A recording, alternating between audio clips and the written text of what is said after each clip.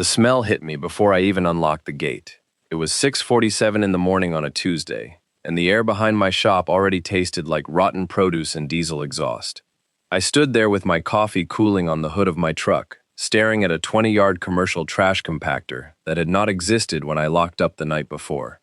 It was green, rust-streaked along the bottom, and it sat squarely in the middle of my fenced service yard, like it had been dropped from the sky.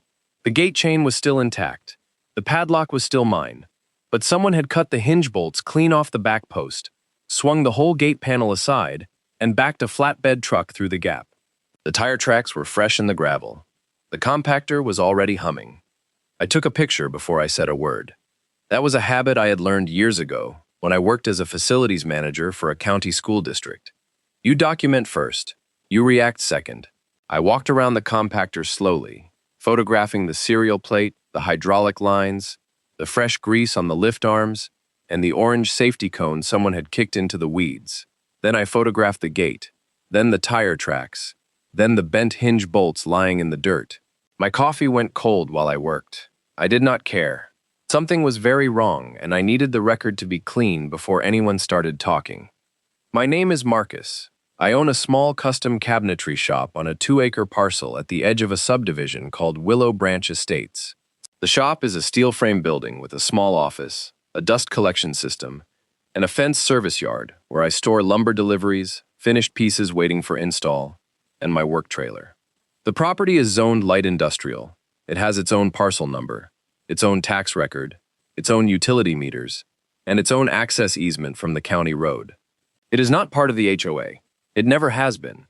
The original developer platted the subdivision in 1998 and carved out this parcel as a separate commercial lot before the covenants were ever recorded. My father bought it in 2003. I took it over in 2019 after he passed. The deed is clean. The survey is clean. The HOA has no jurisdiction here. But apparently someone had forgotten to tell the HOA facilities chair. Her name was Karen Holloway. I did not know that yet. At 6:47 in the morning, all I knew was that a trash compactor was humming in my yard, and the smell was already drifting toward the subdivision fence line 50 feet away. I finished my photo circuit, walked back to my truck, and pulled out the folder I keep in the cab. It is a plain manila folder with a county assessor's map, a copy of my deed, a copy of the recorded survey, and a printout of the parcel legal description. I have kept that folder in my truck for 4 years, not because I expected trouble, because my father taught me that land is paper, and paper travels with you. I slid the folder under my arm and walked toward the subdivision entrance to find out who had decided my service yard was public property. Before I explain what happened next, tell me where you're watching from. I always like to know who is out there dealing with their own version of this nonsense. The first person I saw was a man in a blue uniform shirt, standing near the compactor's control panel. He had a clipboard and was checking something on the hydraulic gauge. He looked up when my boots crunched on the gravel and gave me a neutral nod, the kind of nod that says I am just here to do a job. Do not make it my problem.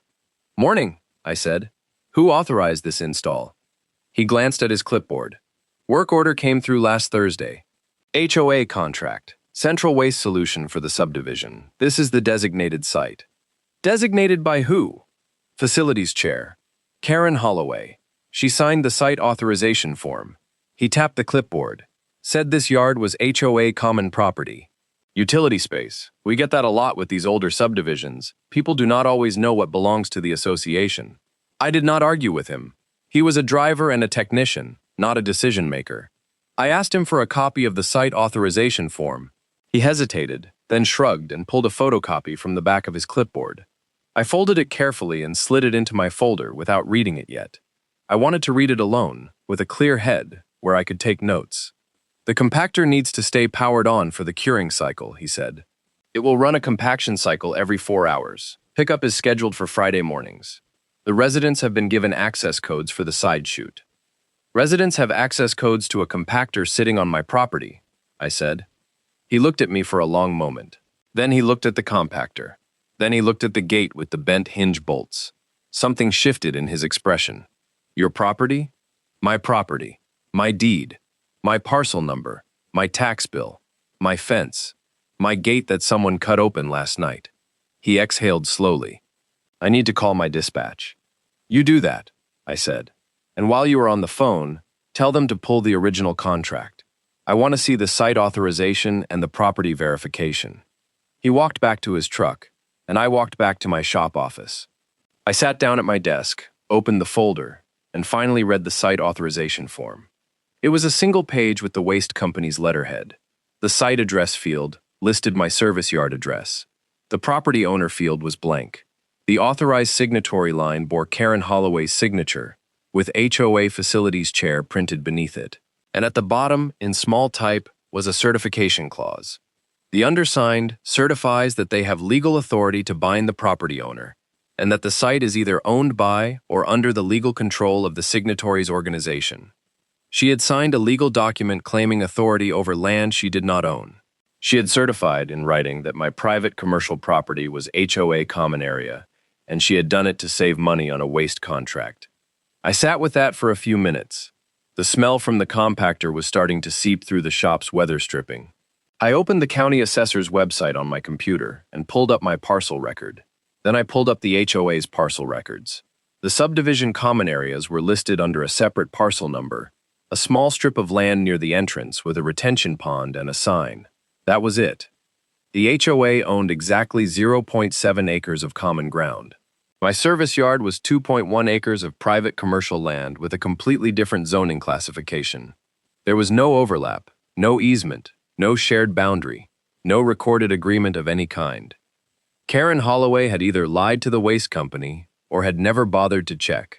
Given what I would learn about her over the next 2 weeks, I suspected it was a combination of both. She was the kind of person who assumed authority flowed from confidence. She had been facilities chair for 6 years. She drove a white Lexus SUV with an HOA magnet on the door. She carried a laminated binder to every board meeting. She spoke in the royal we and treated the subdivision like her personal estate. And she had apparently decided that my fenced service yard, with its lumber racks and work trailer and dust collection cyclone, looked like utility space that the HOA could use. I called my attorney at 8:15. His name is David Okonkwo. He is a real estate attorney with a practice focused on title disputes and boundary litigation. He is also a calm, meticulous man who does not waste words. I explained the situation in 3 sentences.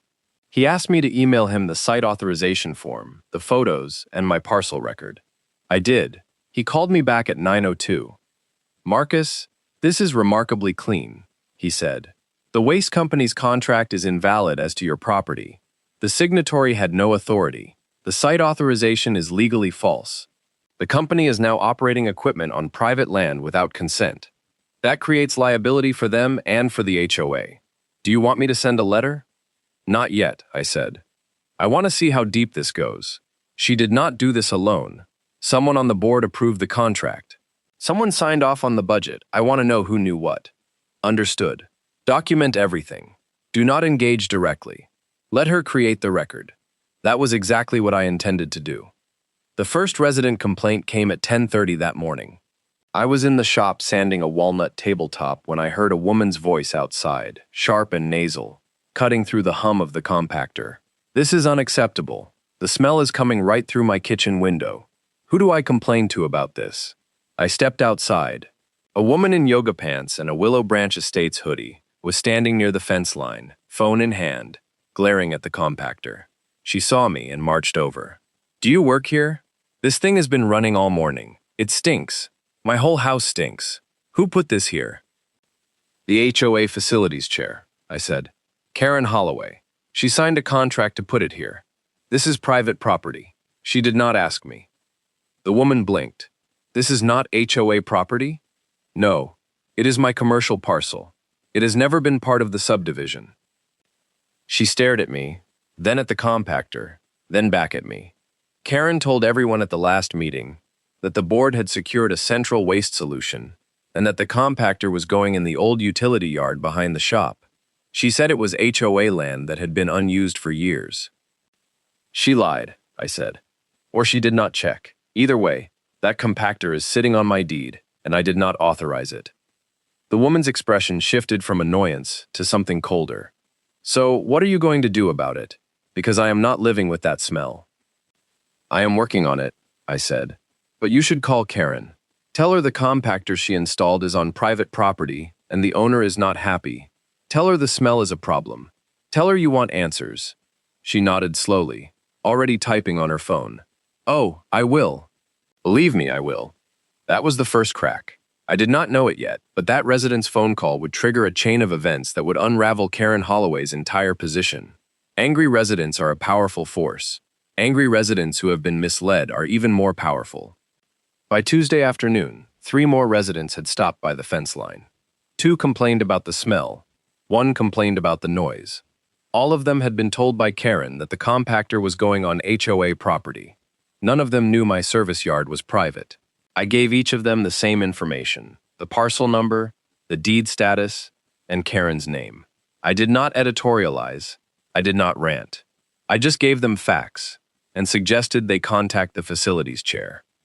At 4:30, my employee Jenna arrived for her afternoon shift. Jenna is a 26-year-old Finnish carpenter with a sharp eye and a sharper tongue. She took one look at the compactor, one breath of the air, and said, "What in the fresh hell is that?" "HOA installed a trash compactor in our yard last night," I said. She stared at me. "They cut the gate. They cut the gate. Are we burning it down?" "We are documenting it," I said, "and then we are going to make it very expensive for them." She grinned. "I like that better anyway." Jenna helped me measure the compactor's footprint and mark the exact location on a copy of my survey. We noted the distance from the property line, the fence, and the shop building. We photographed the hydraulic lines running across my gravel to the power connection they had spliced into my exterior outlet. Yes, they had spliced into my power. The compactor was running on my electricity. I checked the meter. It was spinning faster than I had ever seen it. I added that to the folder. Unauthorized utility use. That was a separate legal issue, and it was one the power company would be very interested in. Wednesday morning, the smell was worse. The compactor had run several compaction cycles overnight, and the organic waste inside was fermenting in the early summer heat. The odor was thick enough to taste. I wore a respirator when I went outside to check the gate. Someone had tried to push a bag of household trash through the fence gap overnight. The bag had torn open on the chain link, and coffee grounds and eggshells were scattered across my gravel. I photographed that too. At 9:15, a white Lexus SUV pulled up to the fence line. The HOA magnet on the door was slightly crooked. A woman in her late 50s stepped out, wearing a pressed blouse, tailored slacks, and shoes that were not designed for gravel. She had a laminated binder under one arm and a phone in her hand. Her hair was a stiff blonde helmet. Her expression was already set to righteous indignation before she even spoke. "Karen Holloway, you need to stop telling residents that this compactor is on private property," she said. "You are causing confusion and undermining the board's authority." I did not answer right away. I took a slow breath, let her words hang in the stinking air, and then said, "This compactor is on private property, my deed, my parcel. You did not have permission to install it here." She did not flinch. That yard has always been utility space. The original developer intended it for community use. Everyone in the subdivision knows that. The board reviewed the site plan before approving the contract. You are just trying to cause trouble because you do not like the HOA. "Show me the site plan," I said. She opened her binder and pulled out a photocopy of a developer brochure from 1998. It was a glossy marketing map with colored zones and cheerful labels. The area where my shop now stood was labeled Future Utility Area. It was not a recorded plat. It was not a survey. It was not a legal document of any kind. It was a sales brochure. "This is not a recorded document," I said. "This is marketing material. The recorded plat, the deed, the tax record, and the survey all show this parcel as private commercial property. It has never been part of the HOA. It has never been common area. You installed a commercial trash compactor on private land based on a brochure." Her jaw tightened. "The board's attorney has reviewed this." "Then have him call my attorney," I said. "I will give you his number. In the meantime, the compactor is running on my electricity. The smell is a nuisance to my business. The gate was damaged during installation, and the waste company is operating on my property under a contract signed by someone with no legal authority. That is a problem for you, not for me." She did not take the attorney's number. She snapped her binder shut, turned on her heel, and marched back to her Lexus. The gravel crunched under her inappropriate shoes. She did not look back, but I saw her hands shaking as she opened the car door. That was the moment I knew she understood how badly she had miscalculated. She was not stupid. She was arrogant. And arrogance had made her sign a legal document without checking the one thing that mattered: who actually owned the land. Thursday was pickup day. The waste company truck arrived at 7 a.m., a big front loader with a hydraulic arm designed to lift and empty the compactor. The same driver from Tuesday was behind the wheel. He saw me standing near the gate with my folder and my phone, and he killed the engine before he even got out. "I heard about the situation," he said. "Dispatch pulled the contract. The site authorization is flagged. I am not supposed to service this unit until it is resolved." "Good," I said, "because I am not authorizing service on my property. The compactor is here illegally. The contract is invalid, and I have a health inspector coming at 9. The driver nodded slowly. "I will note that in the log. The company is probably going to pull the unit. This is a liability nightmare for them. That is between them and the HOA," I said. "But the unit is on my land, and it is not moving until I have a written removal plan and a damage assessment." He got back in his truck and made a series of phone calls. I could see him through the windshield, gesturing at the compactor, shaking his head. After about 20 minutes, he waved at me and drove away. The compactor sat there, full of rotting trash, humming on my electricity, stinking up my shop and the neighboring houses. The health inspector arrived at 9 o'clock sharp. Her name was Miss Rivera, and she was a county environmental health specialist with a no-nonsense demeanor and a tablet full of forms. She walked the site, took odor readings, photographed the compactor, and asked me a series of questions about the installation. I gave her the site authorization form, my deed, my survey, and the photos of the cut gate. She typed notes for 15 minutes. "This is a commercial waste unit on a property not zoned for waste handling," she said. "The odor is a verified nuisance. The unit is not permitted. The power connection is not to code. I am issuing a notice of violation to the property owner of record." "That would be me," I said.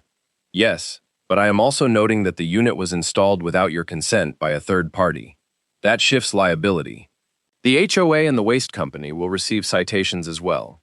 You need to file a formal complaint with the County Code Enforcement Office, but my report will support it."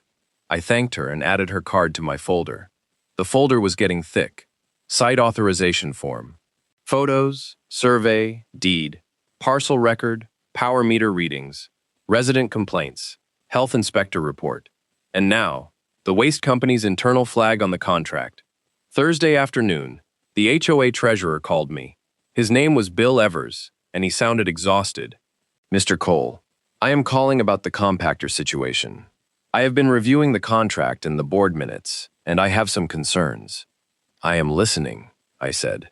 The facilities chair presented the waste contract as a cost-saving measure. She said the site was HOA common area. She did not provide a survey or a title search. The board voted based on her representation. I am now looking at the actual parcel records, and I am seeing that the site is not ours. At all. "That is correct," I said. "It has never been yours." He was quiet for a moment. "The contract has a penalty clause for invalid site authorization. The waste company can demand full payment of the contract term, plus damages. The board's insurance may not cover this because it involves a knowing misrepresentation by an officer." "That sounds like a board problem," I said. "My problem is that I have a trash compactor on my property, a damaged gate, a power bill that is climbing, and a business that smells like a landfill. I need those problems solved." "I understand. I am calling an emergency board meeting for tomorrow evening. I would like you to attend. Bring your documents." "I will be there," I said. Friday morning, the waste company sent a regional manager to my shop. His name was Torres, and he was not happy. He walked the site with me, reviewed my documents, and spent 10 minutes on the phone with his legal department. When he hung up, his expression was grim. "We are pulling the unit," he said. "Today. The contract is void. The site authorization was fraudulent. We are filing a claim against the HOA for breach and misrepresentation. We will also need a statement from you confirming that you did not authorize the installation." "I will provide that," I said, "but I need the removal to be documented. I need the gate repaired. I need the power connection removed by a licensed electrician, and I need the site cleaned. The gravel is contaminated with trash leakage. We will handle all of that. The HOA will be billed. This is not your fault, Mr. Cole. This is entirely on the facilities chair." By Friday afternoon, the compactor was gone. A flatbed truck winched it onto the bed while I filmed the whole process.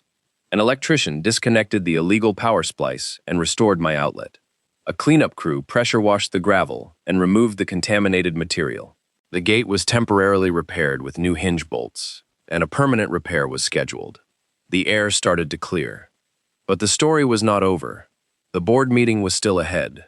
The emergency meeting was held in the subdivision clubhouse at 7 p.m. on Friday. The room was packed. I counted at least 40 residents, plus the 5 board members seated at a folding table at the front. Karen Holloway was at the end of the table, her laminated binder closed in front of her, her face pale and tight. Bill Evers sat in the middle, looking like he had not slept. The other board members looked varying degrees of confused, angry, or embarrassed. I sat in the back row with my folder on my lap. Jenna sat next to me, arms crossed, watching the room like she was waiting for a fight to break out. Bill opened the meeting. We are here to address the waste compactor installation and the contract issues that have arisen. I want to start by acknowledging that the board made a decision based on incomplete information, and that decision has caused harm to a property owner and to this community. I am going to ask Mr. Marcus Cole to speak first. I stood up and walked to the front. I did not raise my voice. I did not point fingers. I simply laid out the facts. I showed the site authorization form with Karen's signature. I showed the developer brochure she had used as her site plan. I showed the recorded plat, the deed, the survey, and the tax record. I showed the photos of the cut gate, the power splice, the trash leakage, and the health inspector's report. I showed the waste company's letter, voiding the contract and demanding damages. This compactor was installed on my private commercial property without my knowledge or consent, I said. The person who authorized it signed a legal document certifying authority she did not have. The board voted based on that false certification. The waste company relied on that false certification. And now, the HOA is facing contract penalties, potential litigation, and a loss of trust from the residents who were told this was a legitimate community solution. I paused and looked directly at Karen. I am not here to demand resignations. That is between the board and the residents. But I am here to make it clear that my property is not HOA land. It never has been, it never will be. And any future attempt to use it without my consent will be met with immediate legal action. I sat down. The room was silent for a long moment. Then a resident in the second row stood up. It was the woman from Tuesday, the one in the yoga pants. I want to know why Karen told us this was HOA property. I want to know why we were given access codes to a compactor on private land. I want to know how much this is going to cost us. Another resident stood. My house smelled like garbage for 3 days. My kids could not play outside. And now I find out the whole thing was illegal? A third resident. Who is paying for the contract penalties? Is that coming out of our dues? Bill raised his hands.